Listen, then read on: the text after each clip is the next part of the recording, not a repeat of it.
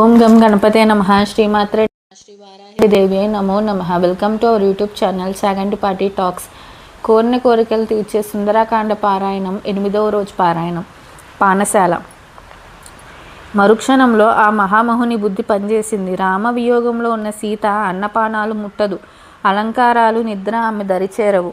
ఆమె దేవేంద్రుని కూడా కన్నెత్తి చూడదు. ముల్లోకాల్లో రాముని వంటి పురుషుడు ఉండనప్పుడు సీతాదేవి పరపురుషుని వైపు ఎందుకు చూస్తుంది అని విచారించి అంతఃపురం విడిచి పానశాల చేరాడు.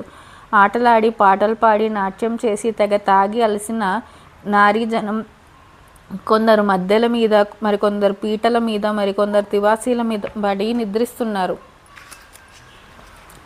అందరూ అందగత్తెలే, చక్కని అలంకారాలు, శాస్త్ర మర్యాదలు ఎరిగిన వారే.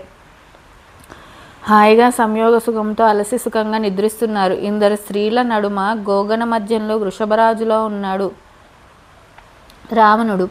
ఆడ ఏనుగుల మధ్య గజేంద్రుని వలె ఉన్నాడు. పానశాల పక్కకు చూశాడు హనుమంతుడు.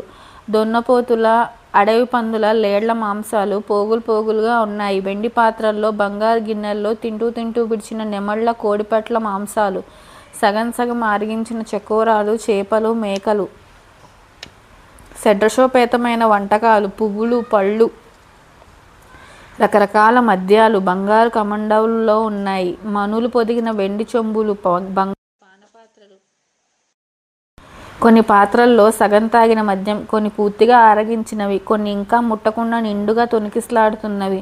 తాగుతూ మత్తులో బోర్లగిల్ల పడి వేసిన కుండలు, కమండలాలు, వాటికి ఎడంగా వండిన దుంపలు, పండిన పళ్ళు, పూలమాలలు. మళ్ళీ వెనుదిరిగాడు.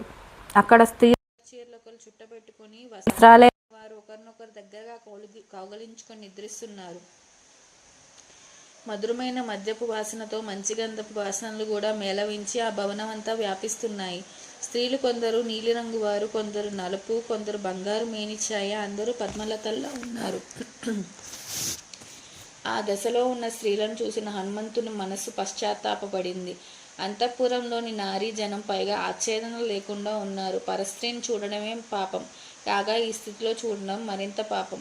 అయితే ఇందరు సుందరాంగులను చూసిన నా మనసు ఏ వికారానికి లోను కాలేదు. ఇంద్రియాలన్నిటిలో మనసే ప్రధానమైనది. అది నిశ్చలంగా ఉంది. పైగా సీతాదేవిని స్త్రీజన మధ్యలో కాకుండా ఇంకెక్కడ వెతకాలి?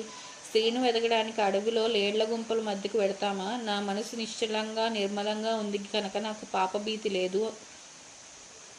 దేవగంధర్వ నాగకన్యలున్నారే తప్ప ఆ అంతఃపురంలో సీతాదేవి జాడలేదు. పానశాల విడిచి ఈవలకు వచ్చాడు. 8వ రోజు పారాయణం సంపూర్ణం. Please subscribe our channel. జై శ్రీరామ్. Thank you.